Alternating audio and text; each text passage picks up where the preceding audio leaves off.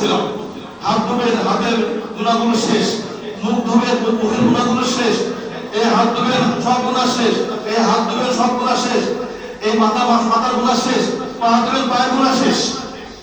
ওযুর মাধ্যম দিয়ে ওযুর পানির সাথে সাথে গুনাহগুলো ধুয়ে যাচ্ছে। ওযু করলেন, ওযু করবে কি বলবেন? আশহাদু আল্লা ইলাহা ইল্লাল্লাহ ওয়াহদাহু লা শারীকা লাহু ওয়া আশহাদু আন্না মুহাম্মাদান আবদুহু ওয়া রাসূলুহু বললেন, কি হবে? সব জান্নাতের দরজা খুলে গেল।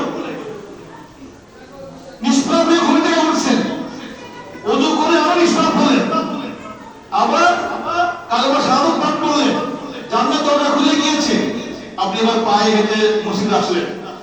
প্রত্যেকটা কদমে কদমে কদমে কদমে কদমে কদমে আপনার নেকি, আপনার নেকি, আপনার নেকি, একটা না 10টা করে, প্রত্যেক কদমে 10টা করে নেকি লেখা হচ্ছে। 10 টাকার গুনাহ তো নেই, গুনাহ মাফ হয়ে গেছে, তাহলে বিনিময়ে আরো নেকি বাড়ছে, বিনিময়ে আরো নেকি বাড়ছে।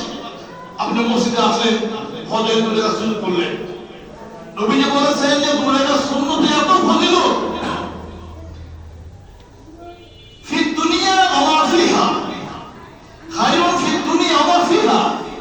আপনি মসজিদে এসে 2 রাকাত সুন্নাত পড়লেন, এই 2 রাকাত সুন্নাত এত ফজিলত, এত ফজিলত। নবীজি বলেছেন যে এই দুনিয়া শুধু দুনিয়ায় না, দুনিয়া সহ দুনিয়ার মধ্যে যা কিছু আছে তার চেয়ে উত্তম। সুবহানাল্লাহ। খায়রুন ফিদ দুনিয়া ওয়া ফিহা, দুনিয়া এবং দুনিয়ার মধ্যে যা কিছু আছে তার চেয়ে উত্তম। তাহলে আল্লাহ তাআলা আমাকে আপনাকে জান্নাতে নেওয়ার জন্য কত পথ বাতলে দিয়েছেন। তারপরে যদি আমরা বাংলাদেশে না পারি তাহলে বদনসিব না।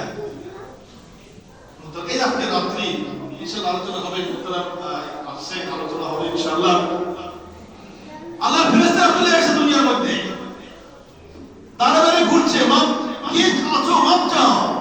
আল্লাহ মিন মুস্তাগফিরিন ফাগফির লাহু, আল্লাহ তাআলা দুনিয়ার রাস্তায় চলে আসছে। আল্লাহ ডেকে ডেকে বলছেন, কে মাপ চাও, আমার কাছে বলো কে গুনাহগার। আল্লাহ মিন মুস্তাগফির ফাগফির লাহু, আমার কাছে মাপ চাও, মাফ করে দেব। আল্লাহ ডেকে ডেকে বলছে।